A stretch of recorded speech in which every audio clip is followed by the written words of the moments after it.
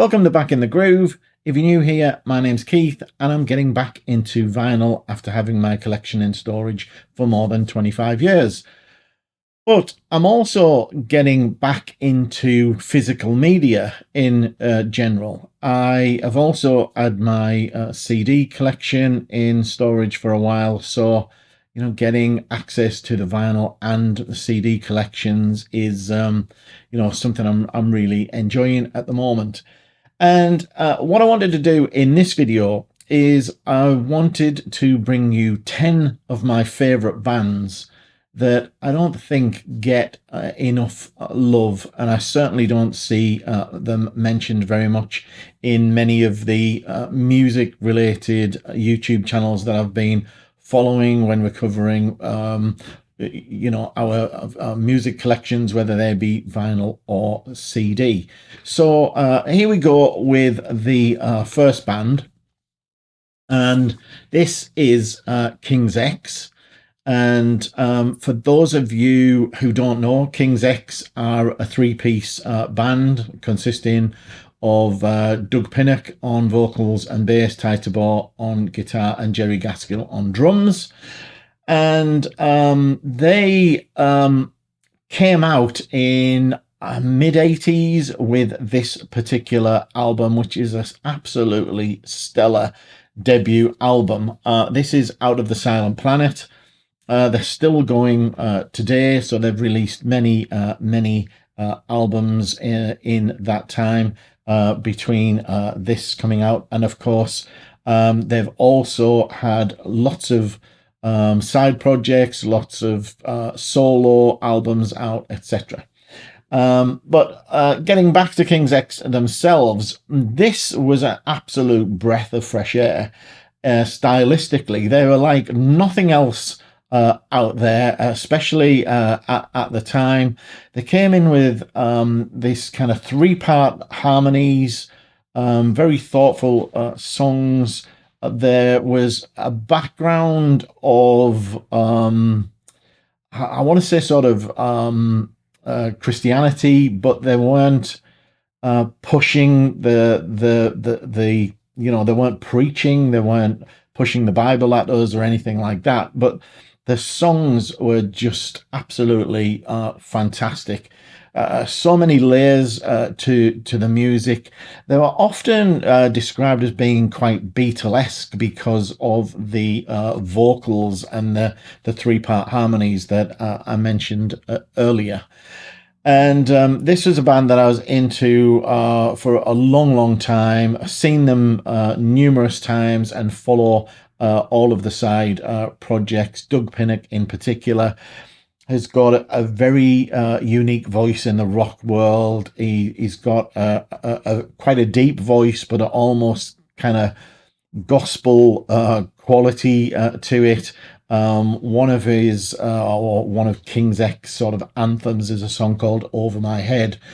And it's almost like he's in church, in the gospel, preaching this, hearing about the music over his head, and talking about his grandma, who grandma used to sing, etc. was one of the lines in there.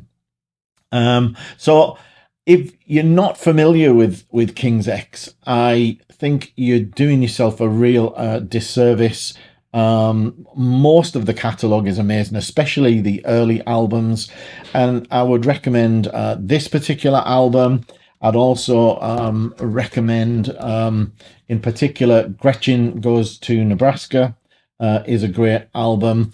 And then another one, a few albums on from that, is Dogman, which is another fantastic album, which sort of modernizes the sound a little bit.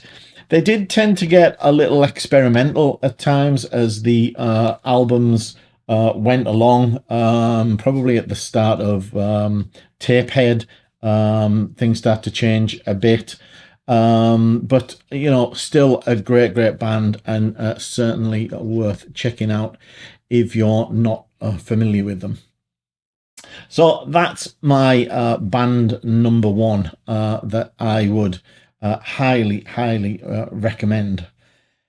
Now, I'm going to talk about another three-piece band now, and that is Freak Kitchen, which is a little awkward to say. They're a Swedish band that's headed up by Matthias Eklund, or Matthias Eklund, as he would often say, and I'm probably butchering the pronunciation. Now, he is an amazing guitarist, but what makes Freak Kitchen quite unique is the humor that they have in music.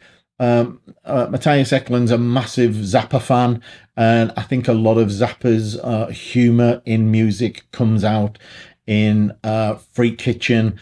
So they have lots of unusual named songs and unusual sort of themed songs that often have quite a deeper meaning behind them. There's a great song called Jerk, but you've got things like God Save the Spleen on here. Hip Hip Hooray is another song. Sick. But they're great songs. Now, Matthias Eklund tends to run a guitar camp through the summer. So he's very keen on sort of education of guitarists. He's very big on something that I think is called Kanakal, which is an Indian rhythmic sort of mechanism.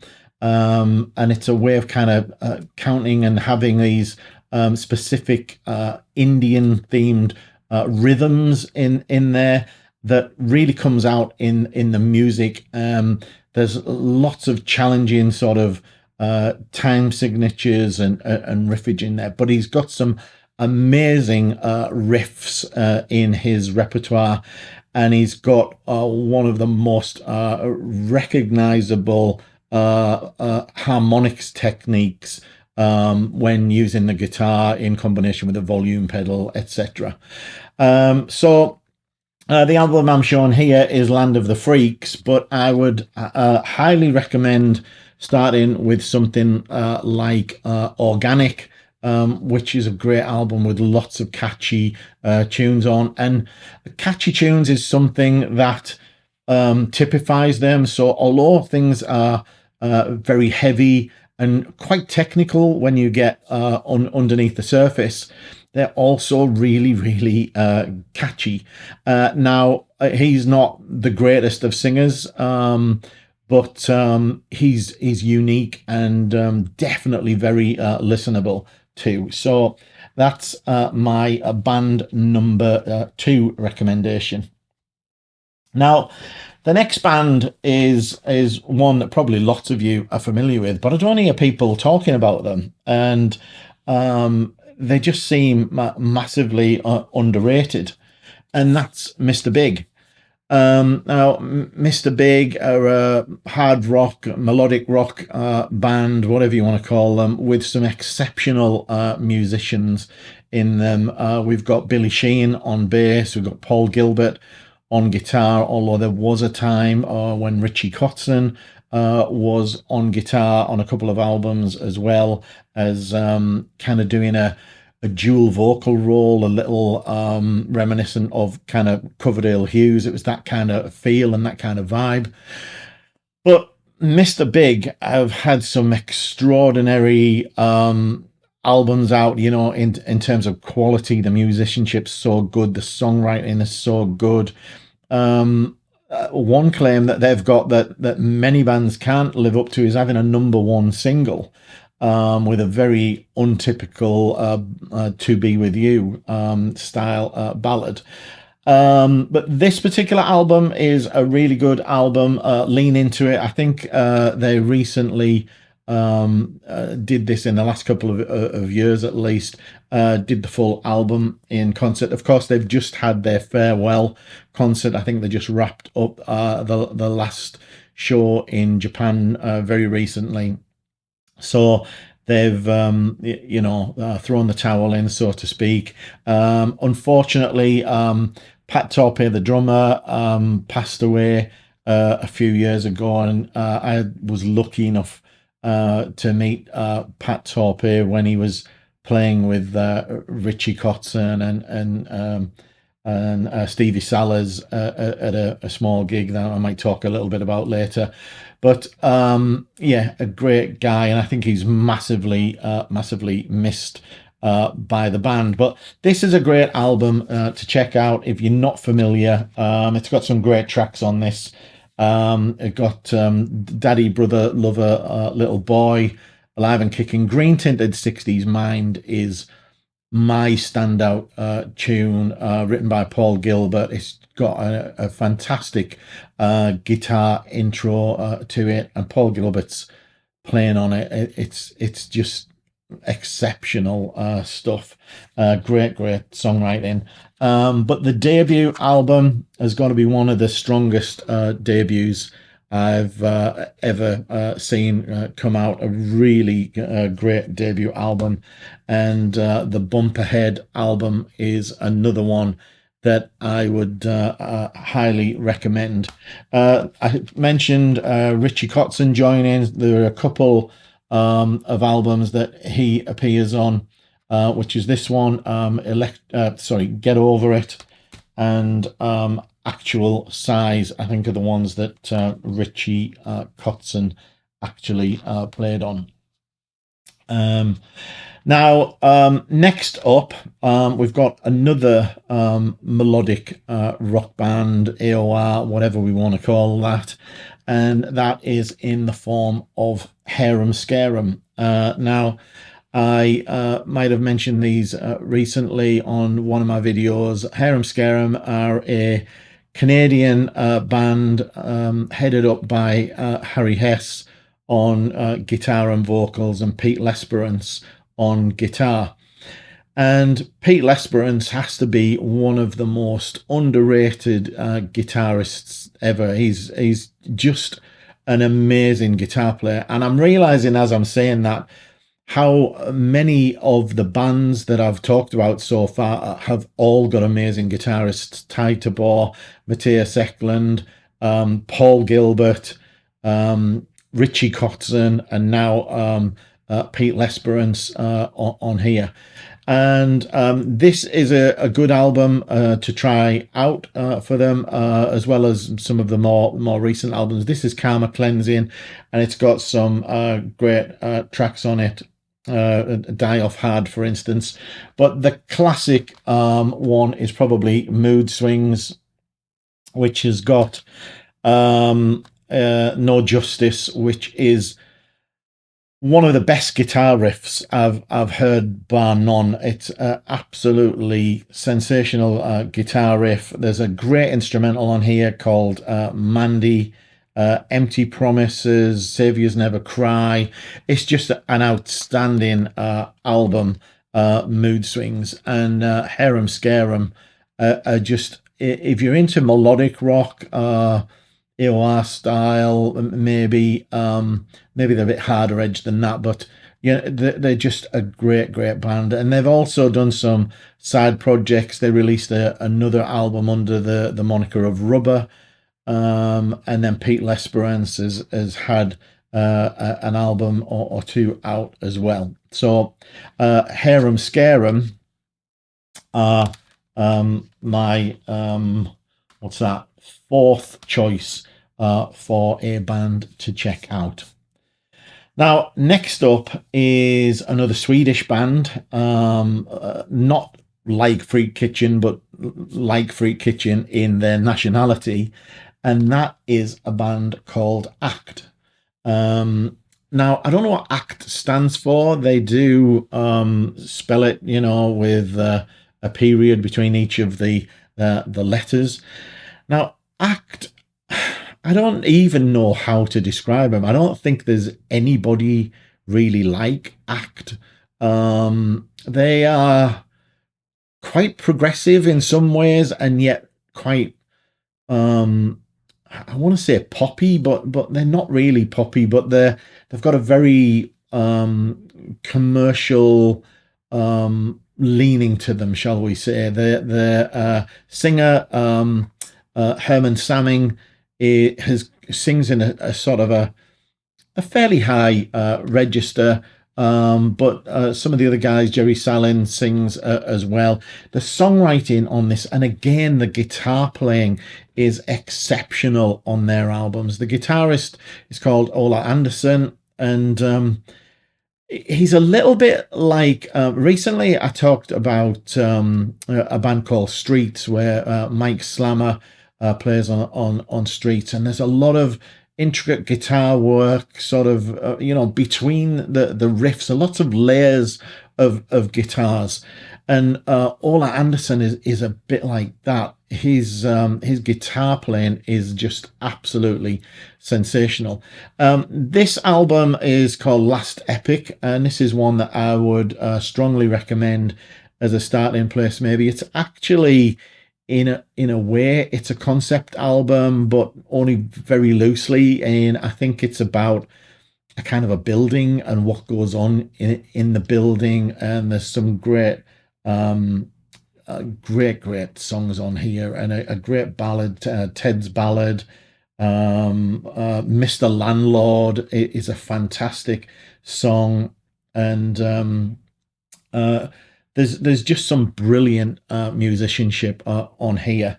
Now, if you want something that's maybe more consumable, shall we say, then the Silence album is really good. Lots of sort of shorter songs, a little, again, I don't want to say poppy. It's not pop music at all, but it's quite easily accessible. It's not super hard and heavy, though it has got real sort of crunching guitar work as well.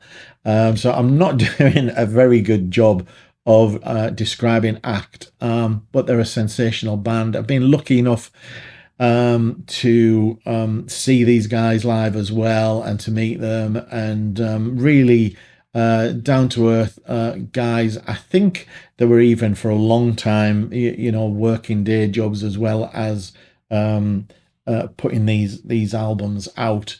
But really fantastic stuff if you've not checked ACT out, and you don't mind lots of sort of time changes and things like that throughout the passage of the tunes.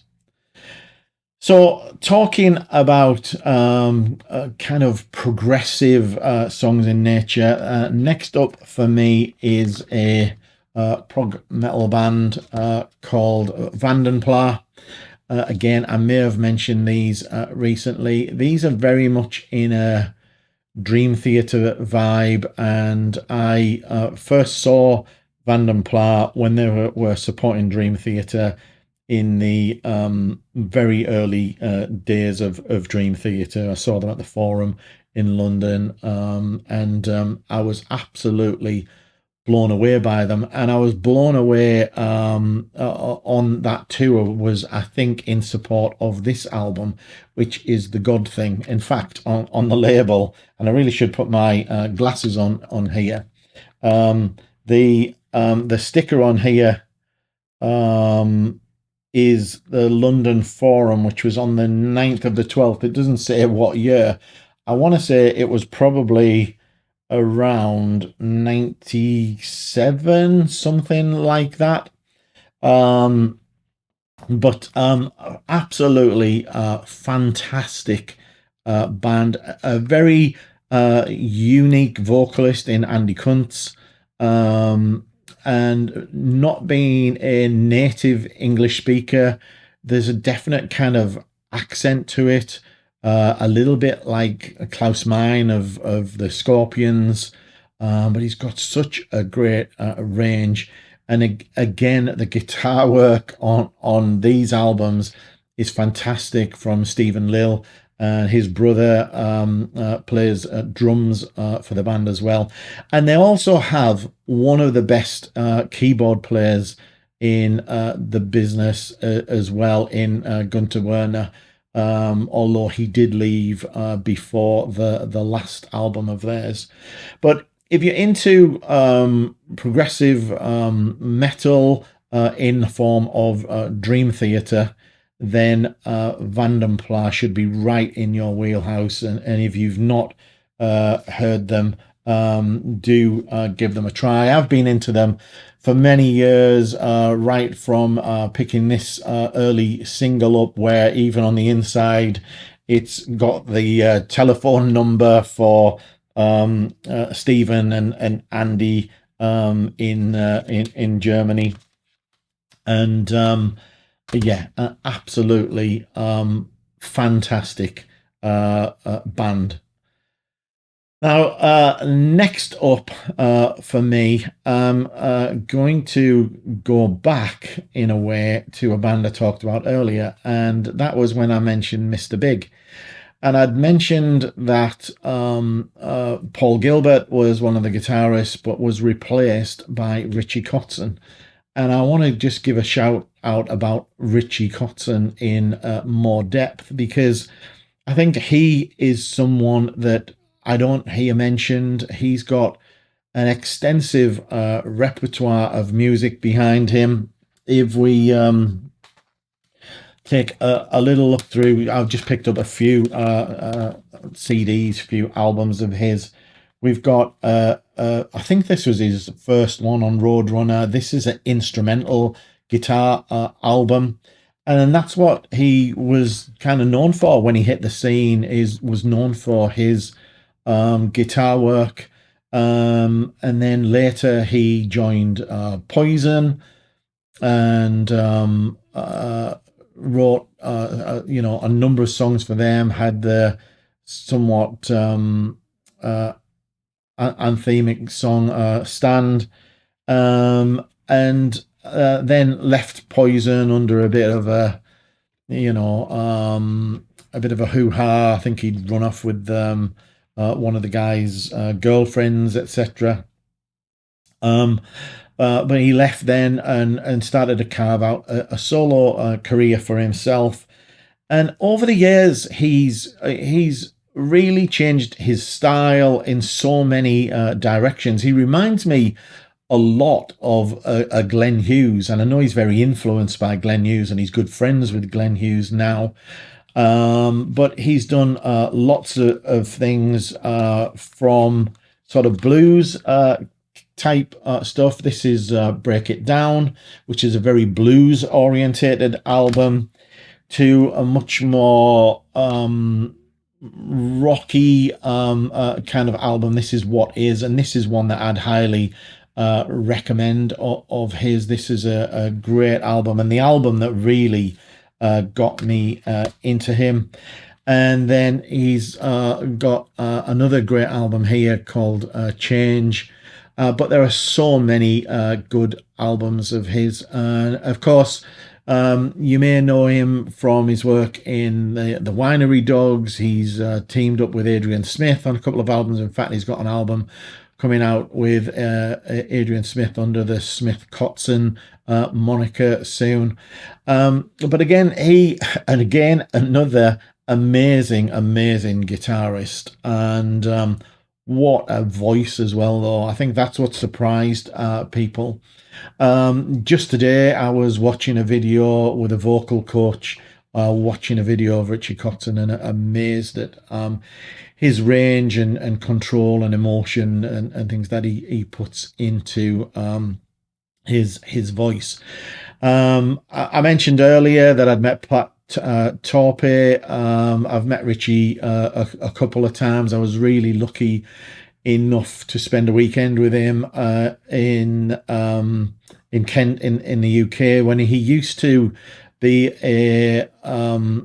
used to be sponsored by Cornford Amps, and they had a special event on in Whitstable in Kent, and there was literally probably 100 people in the room, and there was him and Stevie Sellers and Pat Torpe, and him and Stevie Sellers did separate sets. Stevie Sellers did a set, Richie Kotzen did a set, and we hung out with them sort of all day, just chewing the fat, so to speak. And really good, really shy guy. His father was there as well at the time. His father was a great guy as well. I think his father played sax at some point in his career before Richie, so it seems like Richie was from a musical background. But Richie Kotzen, absolutely stellar performer. If you're not familiar with his work, I really recommend checking out some of his stuff. Absolutely amazing singer and world class guitarist. There's yeah, it goes absolutely without saying. Now, another solo artist that I want to mention is John Waite.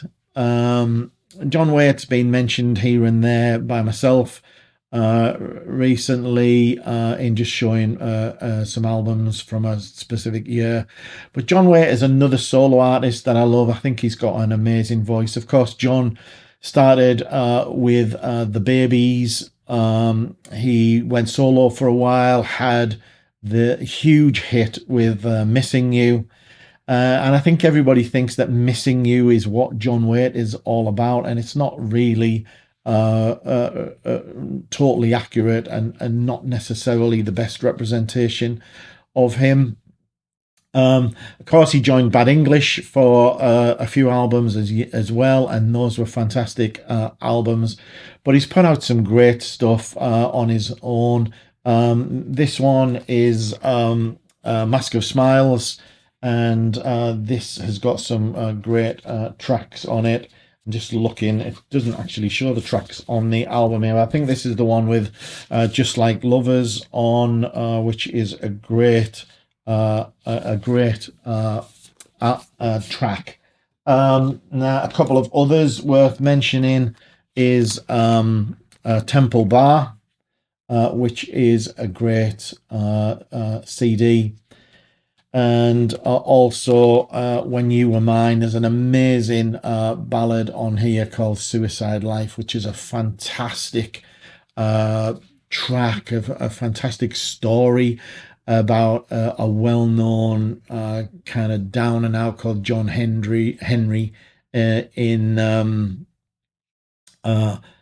LA, I think, and it just sort of tells a story about him. It's really graphic, but there's something about John Waite's voice I just find incredible. He's a great songwriter as well. Really does sort of kind of ballads really well. I found,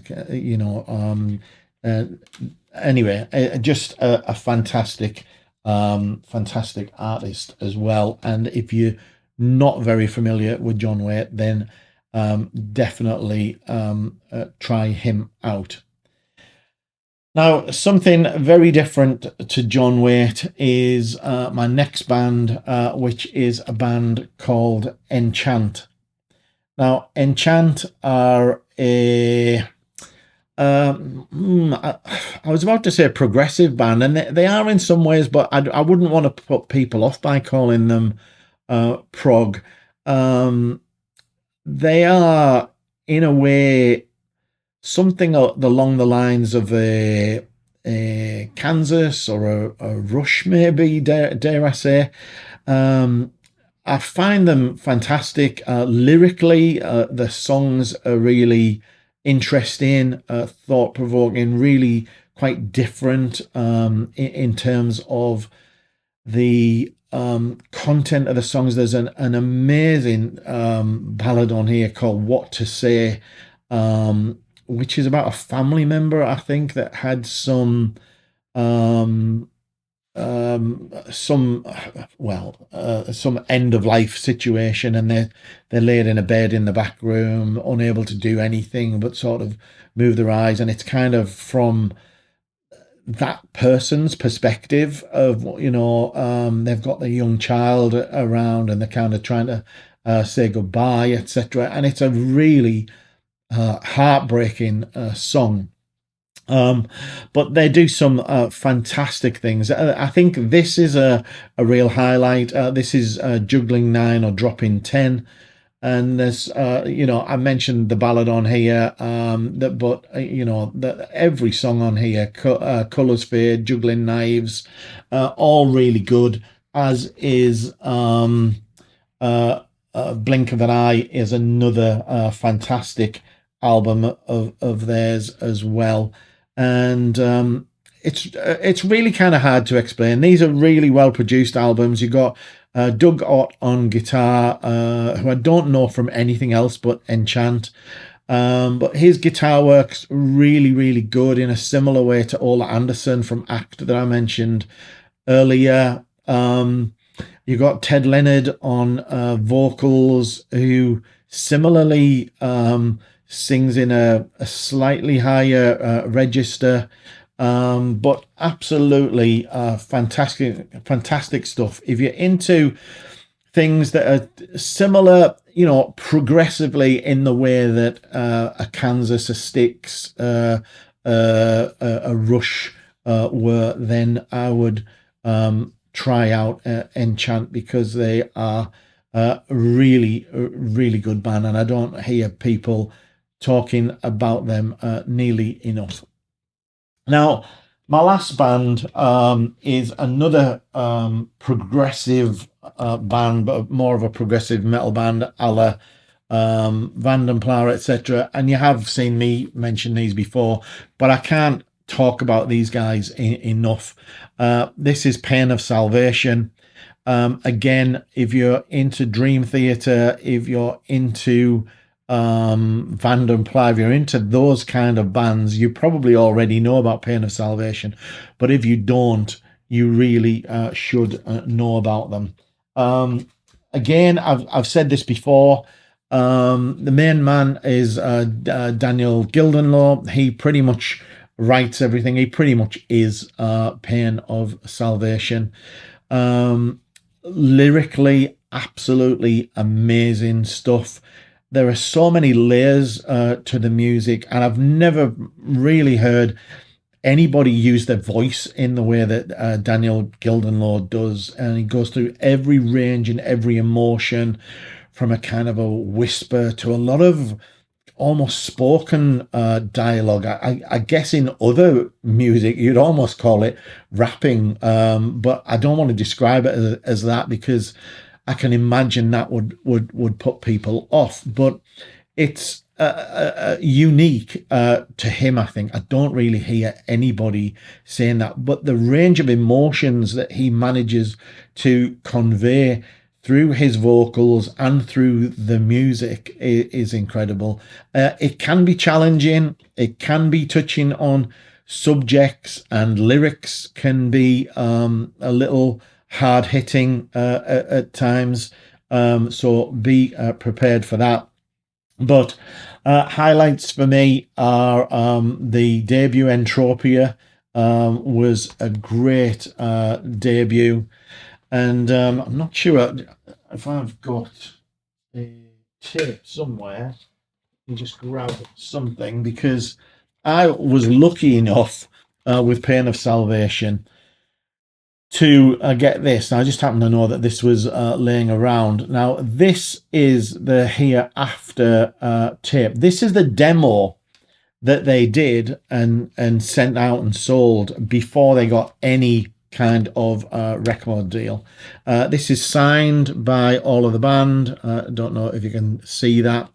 And this has a number of tracks that appear on the Entropia album. And this is, again, if you talk about debuts, how they have the musical awareness to come out with something as musically sort of diverse and technical and layered as they do with this is just astounding stuff, really. But this is a really good starting point. And the other one that I've mentioned before is this one, not the best picture to show it, but it's The Passing Light of Day. Is another great album. This is not the most recent album. The most recent one is Panther. I wouldn't start there. It's Panther is not my favorite Pain of Salvation album. This is exceptional, and I've talked previously about how this is about Daniel's experience of being hospitalized for more than 4 months, and being almost close to death with a flesh-eating disorder.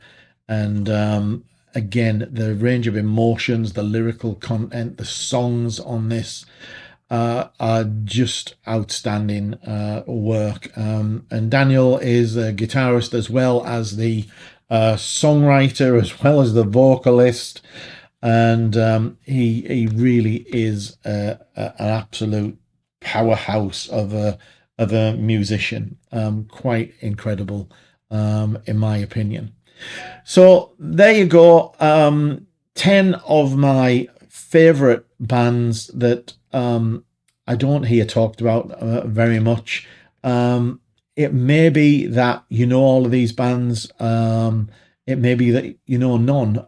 If you're into hard rock, heavy metal, progressive metal, any of those, then dip your toe into some of these artists, and I'll be very surprised if you don't like what you hear. So, hope you enjoyed the video. If you did, give me a thumbs up. Please hit the subscribe button if you enjoy the content. And until next time, bye for now.